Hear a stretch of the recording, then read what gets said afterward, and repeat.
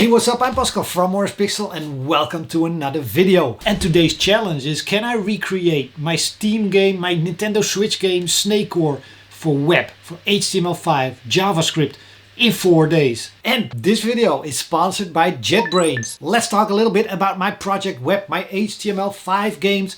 I've been tinkering on the framework, the engine, trying to get the bases up and running. And it started as a fun exercise, but it's getting bigger and bigger and almost unmanageable amount of code.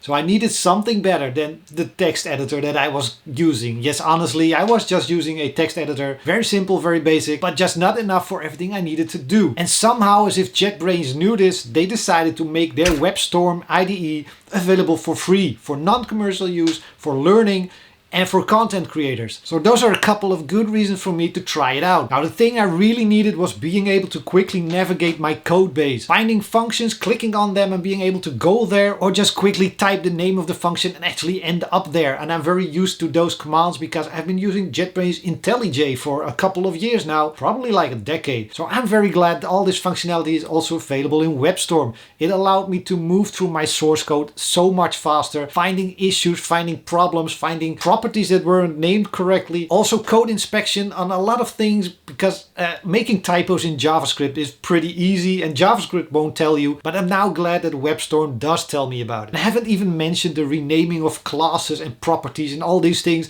that I use very often, and WebStorm just makes that a lot easier for me. So I've only been using it for a couple of days, but it already allowed me to finish up my game engine, and now we can start the next phase, building a game on top of it. So anyway, go check out JetBrains WebStorm. It's freely available now and it gives you so many powerful tools to create code.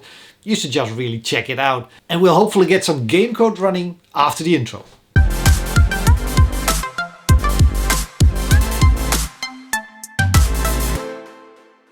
So the challenge for this video is getting Snakcore up and running as a web game, to try and test out my framework, see if everything's there.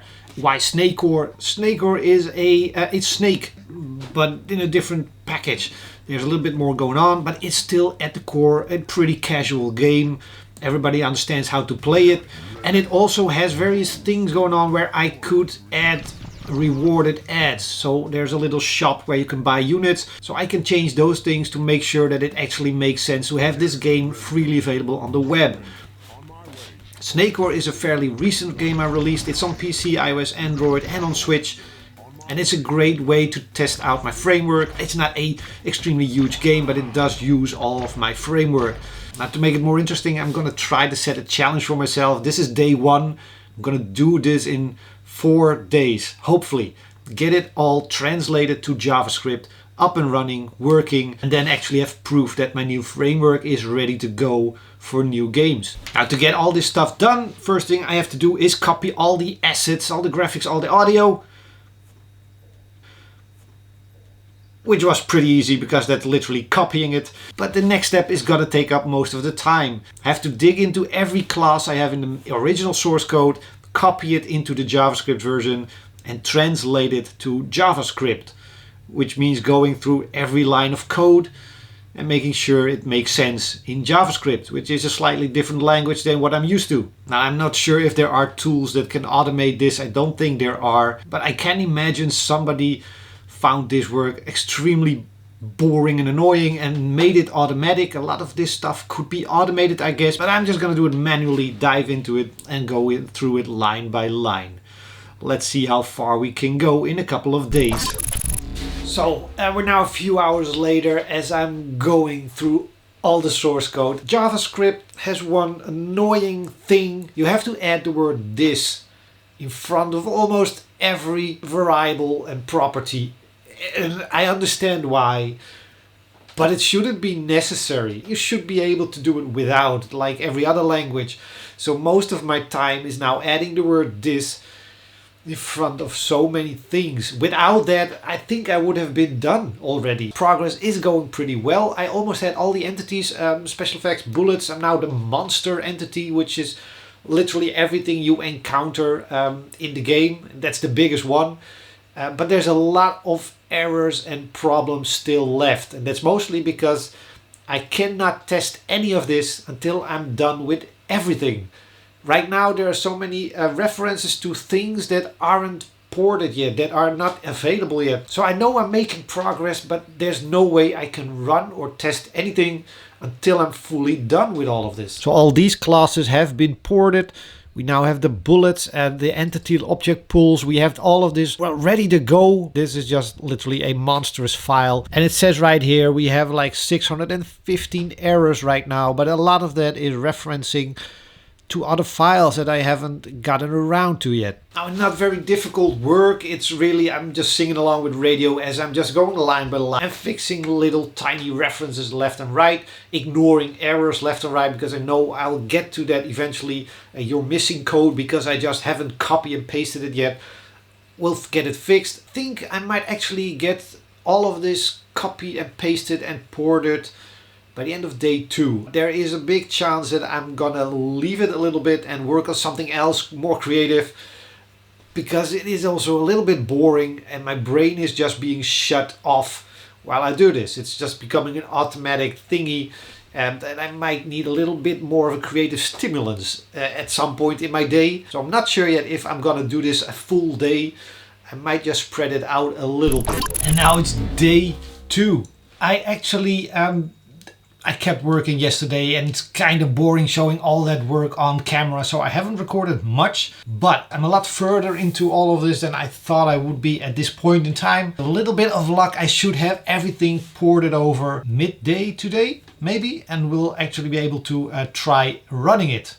Pretty sure it won't run on the first try. So I have all these entity classes already ported. I even have all the or almost all the user interface classes, which is a lot easier because there's less game logic happening. So it's going pretty quickly.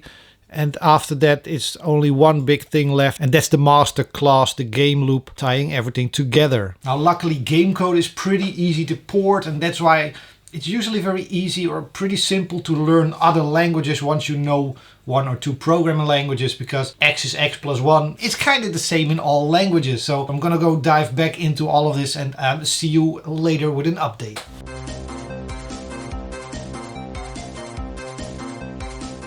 It's the end of day 2. Again, time just flew by, but we got stuff on the screen. So I now have about 90%, maybe 95% of the game's code ported over. I got a little local server running here. Let's see what we got. There's no sound yet because that requires a bunch of things that I have to look into. It's a nice splash, and apparently it decided to end there. So let me see why it's doing crazy things. Can't read property. All right. Well, that's weird. And refreshing.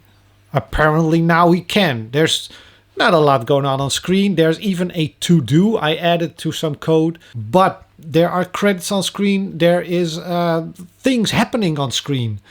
Now I just have to figure out why there's a lot of things missing from the screen. Because I'm pretty sure the original game had some sort of level going on here and maybe some characters in it. So yeah, a bunch of things need fixing, but in theory all the game code is there. I just have to figure out why it's not running perfectly. This is the fun phase, I guess. All the boring work going through all the lines of code is now done. It's now figuring out why certain things are not happening, and that's really stepping through the code line by line, see what's not triggering or what's going wrong, or maybe we end up at the wrong spot in the code.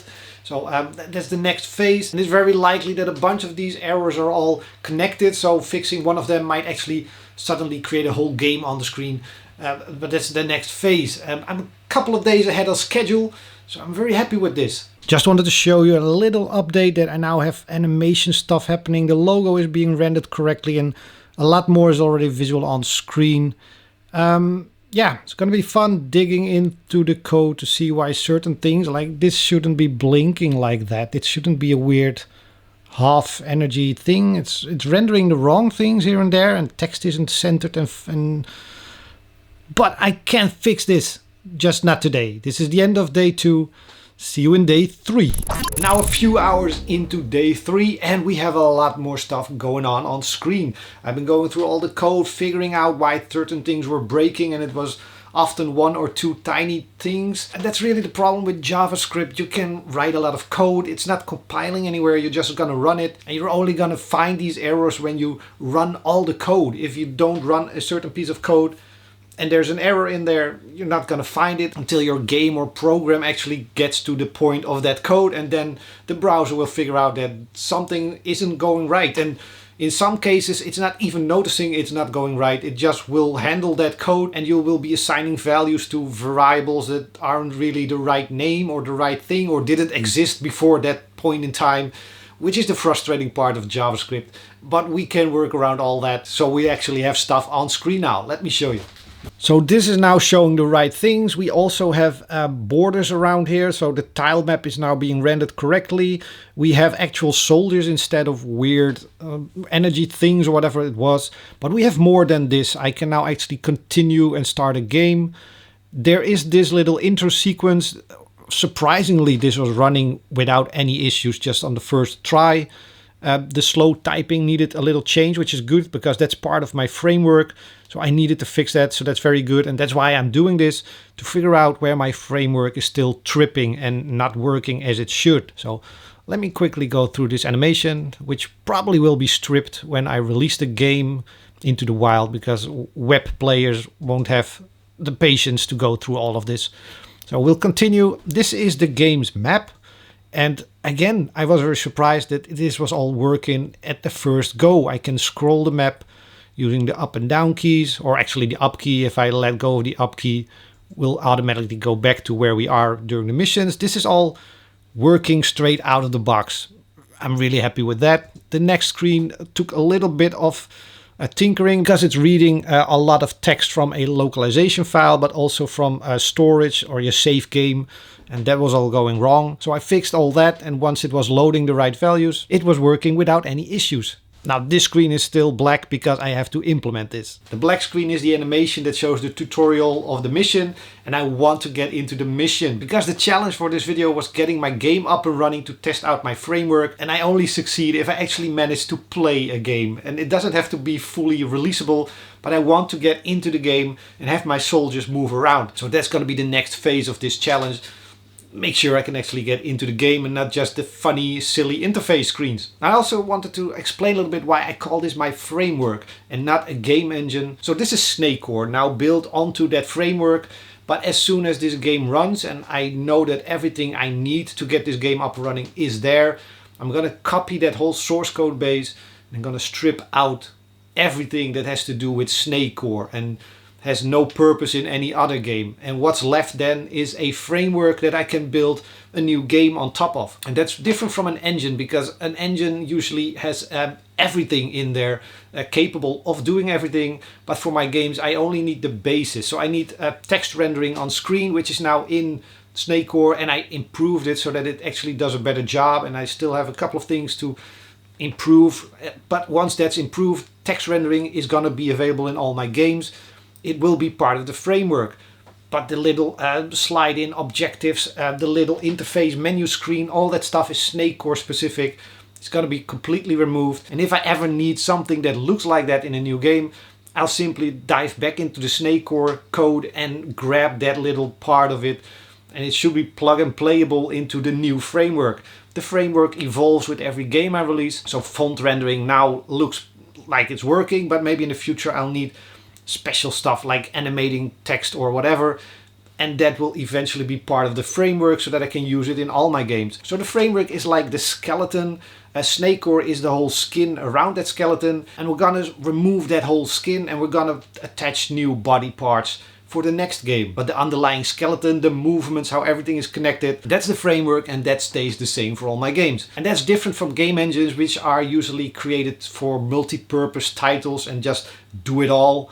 And I don't need to do it all in every game. This makes it a lot smaller, leaner, faster, and we're almost there. But enough talk, let me make sure we can end this video on a high note and get some gameplay going. Okay, so we're now at the end of the day. I almost forgot to record the rest of this video. Having a lot of fun, not so much finding all the problems, because there are a lot of little issues, but having a lot of fun playing the game. I actually have it up and running, even including the sound and music and everything. On my way. Orders to receive. Orders to receive. You got it. So I ran into a lot of issues and problems to get to this point. But fixing a few of these bugs then kind of fixed a bunch of these bugs, which is the nice thing about all of this. A lot of the code is running, but every now and then we run into a little thing that's usually a typo and sometimes a bigger issue. But for now we have an actual game up and running. We even have the unit upgrade screen. It's also working. We can upgrade, buy new units. It's almost like this is a fully running and working game. And that really means that I completed my own challenge. I got a game up and running. Of course, it needs a little fine-tuning and there are still things that might go wrong. But I'm fairly sure that I can find all these bugs in maybe another day. However, my main challenge was to see if my framework holds up. I just fixed a bunch of things in the audio that I can only run into these things in an actual game setting. So in my test setting, everything looked fine, but there were a lot of little things that could have been done a lot better. Those are done now and will be added to the framework.